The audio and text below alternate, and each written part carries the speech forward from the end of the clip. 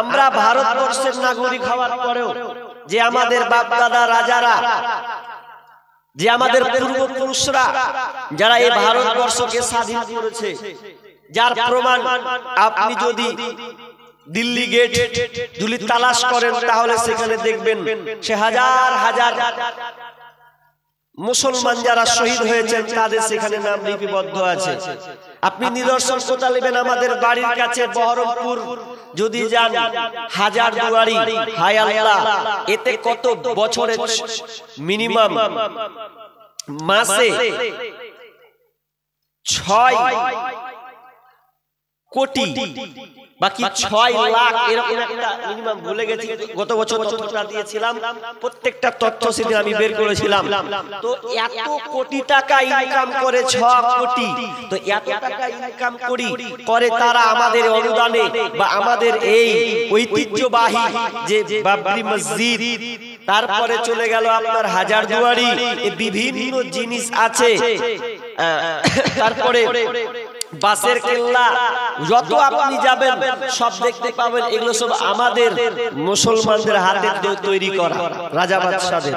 এরপরে আমাদেরকে কটাক্ষ করা হচ্ছে ভারত সরকার যে আমাদের উপরে নিপীড়ন নির্যাতন করছেন। আপনি ভাবতে পারেন গত 3-4 দিন আগে সোশ্যাল মিডিয়াতে একটা আমাদের মুর্শিদাবাদের মধ্যে ধুলিয়ান মতন জায়গা, এত নাম করা একটা জায়গা, মুসলিম সংখ্যা অনেক বেশি, এরপরেও 2-4 জন মেয়েকে রাস্তায় পেয়ে কোন এক জায়গায় পেয়ে বলছে বল জয় শ্রীরাম।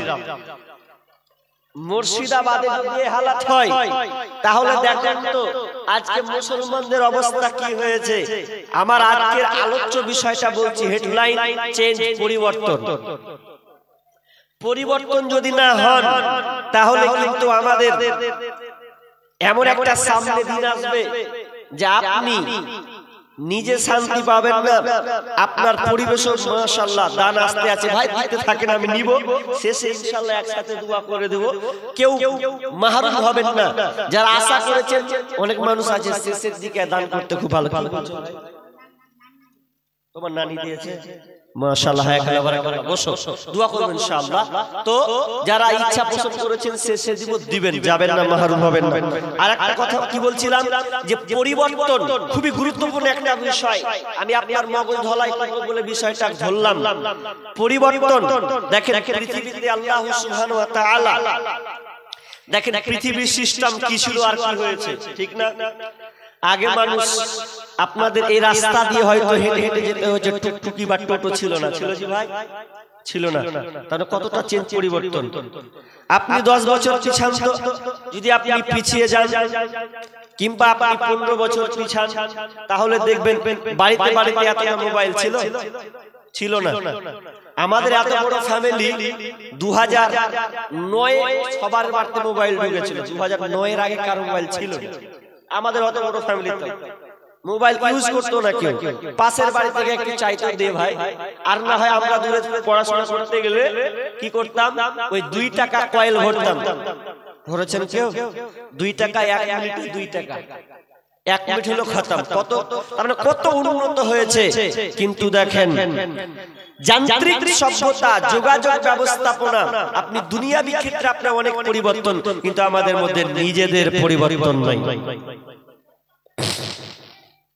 এবার এখন কথা হলো যে এতগুলো এত আমরা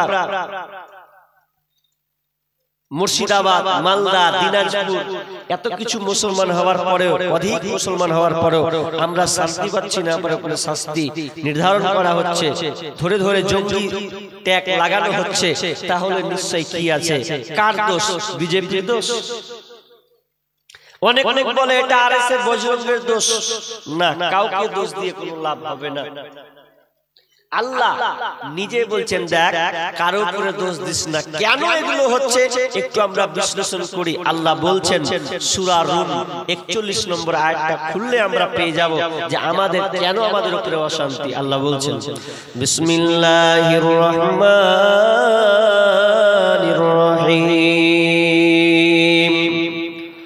যাহারাল ফাসাদু ফিল বাররি ওয়াল বাহরি বিমা কাসাবাত আইদিন নাস লিউযীকাহুম বা'দাল্লাযী আমিলু লাআল্লাহুম ইয়ারজিউন। আমার আল্লাহ বলেন যাহারাল ফাসাদু ফিল বাররি ওয়াল বাহরি বিমা কাসাবাত আইদিন নাস, জলে এবং স্থলে সদা সর্ব জায়গায় যে তোমরা দাঙ্গা ফাসাদ গুলো দেখতে পাচ্ছ, মারামারি দেখতে পাচ্ছ, তোমাদের মধ্যে জলে স্থলে যত বিপর্যয় তোমাদের ছড়িয়ে পড়েছে, বিআইদিন নাস, এগুলো তোমাদের হাতের কামায়, তোমাদের নিজেদের কারণে এই দাঙ্গা ফাসাদ গুলো লেগেছে। ইউযীকাহুম বা'দাল্লাযী আমিলু, অনেক কৃত কর্মের ফল, অনেক পাপের দরুন তোমাদেরকে এই শাস্তিগুলো আস্বাদন করা হয়। তোমাদের উপরে যে আযাবগুলো নামছে এগুলো তোমাদের অনেক পাপের কারণে, তোমরা এই পাপে তোমরা নিমজ্জিত হচ্ছ। কেন কেন? তো আমার আল্লাহ বলছেন লাআল্লাহুম ইয়ারজিউন, বান্দারে যাতে করে তোমরা দিনের মধ্যে ফিরে আসতে পারো, তোমরা যেন দিনের মধ্যে চলে আসো, এই জন্য আমি আল্লাহ তোমাদের উপরে আযাবগুলো চাপিয়ে দিই। আর আযাব চাপার কারণ এগুলো তোমাদের হাতের কামাই, তোমাদের ফলের কারণে, তোমাদের এই স্বভাবের কারণে এই বিপর্যয়গুলো নেমেছে।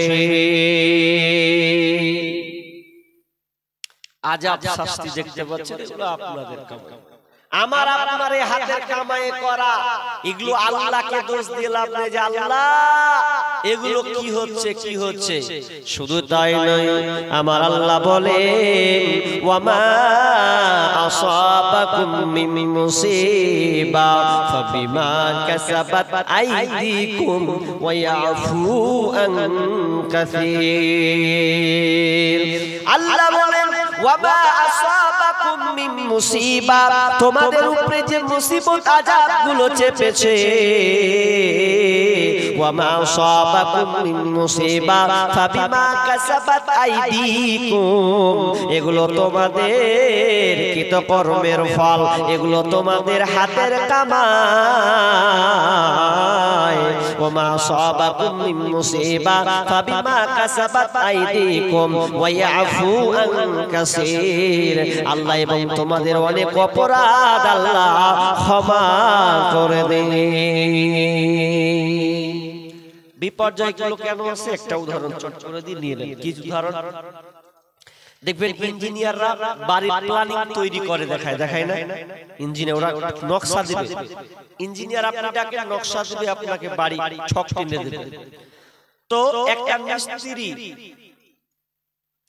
লেভার নিচে ওরা কাজ করছে, মেশিন ঢালাই চলছে, রাব ঢালাই চলছে হয়তো ধরে, আর ৩-৪ তলার উপরে একটা মিস্ত্রি ইঞ্জিনিয়ার আছে। তো ইঞ্জিনিয়ারের দরকার হলো নিচের লোককে ডাকবে, যে একটু ডাকবো, এই কাজটা একটু ভুল হচ্ছে মনে হয়।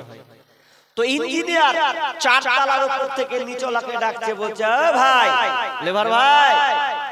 তো ইঞ্জিনিয়ারের কথাটা নিচে গেলেও বুঝতে পারে না মেশিন চলছে বা এদিকে তাকাচ্ছে, ও কিন্তু ডাকতেই থাকছে, আরে ভাই ওপর দিকে তাকা। তো কর্ণপাত করে না, শুনে না। তখন বলছে কেমন লেভার হ্যাঁ, যে আমি ইঞ্জিনিয়ার, এত দামি মানুষ ডাকছি শুনে না। তখন কি করেছে, পকেট থেকে ৫০০ টাকার নোট, বুঝলেন, ৫০০ টাকার নোট নিয়ে নিচে ফেলছে। কেন ফেলছে বলেন তো? যাতে নিচে ফেললে উপর থেকে মালটা পড়বে, উপর দিকে তাকাবে না। হয় এতক্ষণ হাঁক শুনে টাকাটা ফেলে দেখি, উপর থেকে যখন টাকাটা ফেলছে তো ফেলছে রে আল্লাহ, উপরে আরো উল্টা কাজ করছে। কি করছে? মানুষ যদি টাকা কুড়িয়ে পায় কেমন করে কুড়াই গো? টাকা কি ভাগ করে নিবে না। যারা টাকা কুড়িয়েছেন বা কুড়িয়েছেন দেখবেন ওদের লক্ষ্য করে, ওরা ডান দিকে দেখবেন বাম দিকে দেখবেন। তুলবো মালটা তো কেউ দেখছে কিনা, ও লক করে পকেটে ভরবে সেই। তো দেখুন অনেক সময় যখন পয়সা তুলে তখন একবার এইদিকে দেখে একবার রেখে দিলে ভাকাম করে নিয়ে পায়ে চাপড় মারবে, একবার তা পায়ে চাপড় মেরে দিয়ে পকেটে ভরবে, কেউ না দেখে। যে দেখছে কে কহেন তো? ইঞ্জিনিয়ার দেখতে পাচ্ছে কি পায় না? ইঞ্জিনিয়ার তার চাটার উপর থেকে দেখছে যে হ্যাঁ মালটা কোন থেকে পড়লো দেখ আগে, একবার এইদিকে দেখে একবার দিকে হয় না। তো ইঞ্জিনিয়ার দুইবার ফেলেছে, দুইবারই ওর উপরে টাকা তুলেছে। ইঞ্জিনিয়ারের মানে মিটার গেছে গরম হয়ে, তখন ও সহ্য না করে করলে কি, তুই এদিকে তাকালি ওদিকে তাকালি, মালটা কোথা থেকে পড়লো আবার গুরুত্ব দিলি না, তো দেখ এবার তো কি করি আমি। তখন ইঞ্জিনিয়ার একটা প্ল্যানিং করলে কি করছে যে যাক এবার টাকা ফেলবো না। কি ফেলবে? পাথর ফেলার মাথায় হবে, ছোট একটা পাথর এখন মাথায় ফেলবে। এখন টাকা দিয়ে কাজ হয়নি তো, উপর থেকে ওই ছোট একটা গিঠি পাথর নিল, এই সামনাসামনি রিং করছে আর মাথায় ফেলবে। এখন যখন ওর মাথায় রিং করে যখন ফেলছে কি হচ্ছে, যখনই মাথায় রিং সামনাসামনি যখন ওর মাথার উপরে পড়ে যাবে, যে সঙ্গে সঙ্গে উপর দিয়ে তাকাতে লেগেছে। তখন ইঞ্জিনিয়ার করছে এবার কি টাকা দিতে রে ভাই, তো মালটা উপর থেকে মাথায় লেগেছে, যে নিচ থেকে মারবে না উপর থেকে মারবে? উপর থেকে মেরেছে তো উপর দিকে তাকাচ্ছি। ইঞ্জিনিয়ারের কথা হলো যে এতক্ষণ হাক মারলাম ডাক মারলাম শুনলে না, কিন্তু যখনই আমি পাথরটা মারলাম তখনই উপর দিকে তাকাচ্ছি, টাকা পড়লো তো দেখলি না। দুটা আয়াত করেছি, উদাহরণটা এই রকম। আমার আল্লাহ বলেন তোমাদের উপরে যে আযাবগুলো দেই কেন দিই শুনে যাও, শুনে নাও, লাআল্লাহুম ইয়ারজিউন, যাতে করে তোমরা দিনের মধ্যে ফিরে আসো। কেন তোমাদেরকে আযাবগুলো দেই? আমি আল্লাহ তোমাদেরকে এত শান্তিতে রাখার পর তোমাকে হাত দিলাম, পা দিলাম, চোখ পূর্ণ বডি সাকসেস করে দিলাম, এত মেহনত কামাই করো, এরপরে আমার মুয়াজ্জিন আযান দেয় আল্লাহু আকবার, আল্লাহু আকবার, আল্লাহু আকবার, আল্লাহু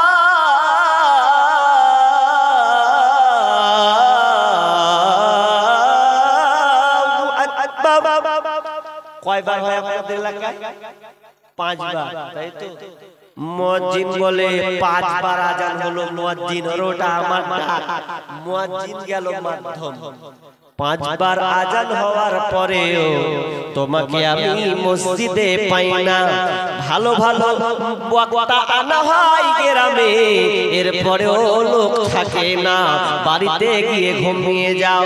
এত বক্তা আনার পরেও তুমি দিনের মধ্যে আসলে না, মসজিদে জুমার খতিব মসজিদের খতিব রাখলে, এরপরে তোমরা দিনে ধাপিত হলে না, দুনিয়ার মাত্তহারা নিয়ে থাকলে, আল্লাহ বলছেন তোমাদের উপরে তখনই আযাবকে চাপিয়ে দেব।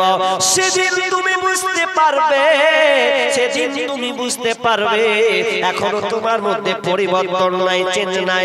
আমার আল্লাহ বলছেন তোমার উপরে আমি আযাবকে চাপিয়ে দেব। সেদিন তুমি তোমার কান্না করে কোনো লাভ হবে না, ভারতবর্ষে লাঞ্ছিত হবে, পদতলিত হবে, তোমার উপরে নির্যাতন করবে, আর কিছু তোমাদের উপরে করবে। সেদিন তোমরা দোয়া করবে, চোখ দিয়ে পানি ঝরঝর করে ঝরবে, আমি আল্লাহ সেদিনকে দর্শক ভূমিকা পালন করব রে। তোমাকে কে মারলো আর কে কাটলো আমি আল্লাহ দেখে আমার কোনো লাভ নাই। এই জন্য আমার আল্লাহ বলছেন তোমরা আগে নিজেকে পরিবর্তন হও, নিজেকে আগে পরিবর্তন করো। আমার আল্লাহ বলেন বিসমিল্লাহির রহমানির রহিম, ইন্নাল্লাহা লা ইউগাইয়িরু মা বিকওমিন হাত্তা ইউগাইয়িরু মা বিআনফুসিহিম। আমার আল্লাহ বলছেন যতক্ষণ না তোমরা নিজের অবস্থান পরিবর্তন না করবে ততক্ষণ পর্যন্ত আমি আল্লাহ তোমাদের অবস্থান পরিবর্তন করব না। যতক্ষণ তোমরা নিজেকে সংশোধন না হবে ততক্ষণ আমি আল্লাহ তোমাদেরকে সুরক্ষিতভাবে রাখবো না, নিরাপত্তা হিসাবে থাকবে না। যদি তোমরা পরিবর্তন হও আমার দিকে ফিরে আসো, আমি আল্লাহ তোমাদেরকে পরিবর্তন করে দেব। আল্লাহ সুবহানাহু ওয়া তাআলা এবার ভালো দিকে শুনুন, ভালো কান লাগান। আদম আলাইহিস সালামকে যখন বানালেন, নিজের হাতে তৈরি করলেন, তখন বললেন আদম রে, ও আদম মা হাওয়া লা তাকরাবা হাদিহি শাজারা ফাতাকুনা মিনাল যালিমিন। হে আদম, খবরদার খবরদার, তুমি জান্নাতে থাকবে, ফল ফ্রুট আনন্দ আয়েশ আরাম করবে, কিন্তু একটা আমার নির্দেশ আছে, আমার একটা নিষেধ আছে। এই নিষেধটা কি? তুমি এই গাছটার কাছে যাবে না, আর গাছটার নিকটবর্তী হবে না। যদি এই গাছটার নিকটবর্তী চলে যাও, লা তাকরাবা হাদিহি শাজারা ফাতাকুনা মিনাল যালিমিন, তাহলে তোমরা জালেমদের অন্তর্ভুক্ত হবে। এটাও ছিল আল্লাহর নিষেধ। আর শয়তানকে বলেছিল, আজাজিলকে বলা হয়েছিল, ওয়াইদুল্লাহ লিল মালাইকাতি ইসজুদু লি আদম ফাসাজাদু ইল্লা ইবলিস। ওরে ইবলিস রে, ওরে ফেরেশতার দল, তোমরা আদমকে সিজদা করে দাও। ওয়াইদুল্লাহ লিল মালাইকাতি ইসজুদু লি আদম, কিন্তু সবাই সিজদা করলো আদমকে, ইল্লা ইবলিস, কেবল ইবলিস ছাড়া সবাই সিজদা করেছে। এটা হচ্ছে আল্লাহর আদেশকে মানেনি, আল্লাহর আদেশকে নাকচ করে দিয়েছে, মানেনি। আমার আল্লাহ পরিবর্তন করে দিলেন। তারা যখন নিজের অবস্থান আদেশ নিষেধকে টিকাতে পারলো না, আল্লাহ তেমন পরিবর্তন করে দিলেন। আদমকে বলেছিলেন খবরদার গাছটার নিকট যাবি না, এরপর গাছের নিকটে চলে গেছে, আপনার কিনা জালেমদের অন্তর্ভুক্ত হয়ে গেছে। আল্লাহ পরিবর্তন করে দিলেন। ওরা যেমন আল্লাহ নিষেধকে অমান্য করলো, পরিবর্তন করলো, আল্লাহ পরিবর্তন করে দিলেন। আর জান্নাতে থাকতে পাবি না, তোরা জান্নাত থেকে বহিষ্কার হয়ে যাও। ইবলিসকে তাই বলা হয়েছিল, খবরদার সিজদা করার আদেশটাকে মানলো না। তো আমার আল্লাহ নিজে অবস্থান পরিবর্তন করলো। কি অবস্থান পরিবর্তন করলো? তুইও যা, আমার জান্নাত থেকে বহিষ্কার হয়ে যা, তুইও চলে যা, তোকে আমি জালেম, কাফের জালেম, তোকে শয়তান বানিয়ে দিলাম, তুই দুই মানুষের পেছনে ঘুরে বেড়া, এখানে তোর সৌন্দর্য কোনো ঠাঁই নাই। ওরা যেমন অবস্থান পরিবর্তন করলো, তা আল্লাহ পরিবর্তন করে দিলেন। তো আমার আল্লাহ বলছেন, ইন্নাল্লাহা লা ইউগাইয়িরু মা বিকওমিন হাত্তা ইউগাইয়িরু মা বিআনফুসিহিম। তো আমার আল্লাহ বলছেন, আমিও তোমাদের অবস্থা পরিবর্তন করব না যতক্ষণ না তোমরা নিজেদের অবস্থান পরিবর্তন করবে। তার মানে এই আয়াত থেকে বোঝা যায়, যদি আপনি বেলাইনে চলে যান, আল্লাহ বেলাইন করে দেখিয়ে দেবেন, আপনিও নিজে কোনোদিন শান্তি পাবেন না, পাবেন না, পাবেন না। যতক্ষণ নিজেকে সংশোধন না করবেন, ততক্ষণ পর্যন্ত আপনার শান্তি নেই। এবার চলে এটা মিডিলে আরেকটা ঘটনা বলবো, যে আপনাদেরকে দুইটি চমক হাদিস দিব, ওখান থেকে শিক্ষণীয় কথা আছে, এটা বলবো, থাম যাবেন না বলা পর্যন্ত। মিডিলে একটা বানি ইসরাইলের কথা বলে দিই ঘটনা।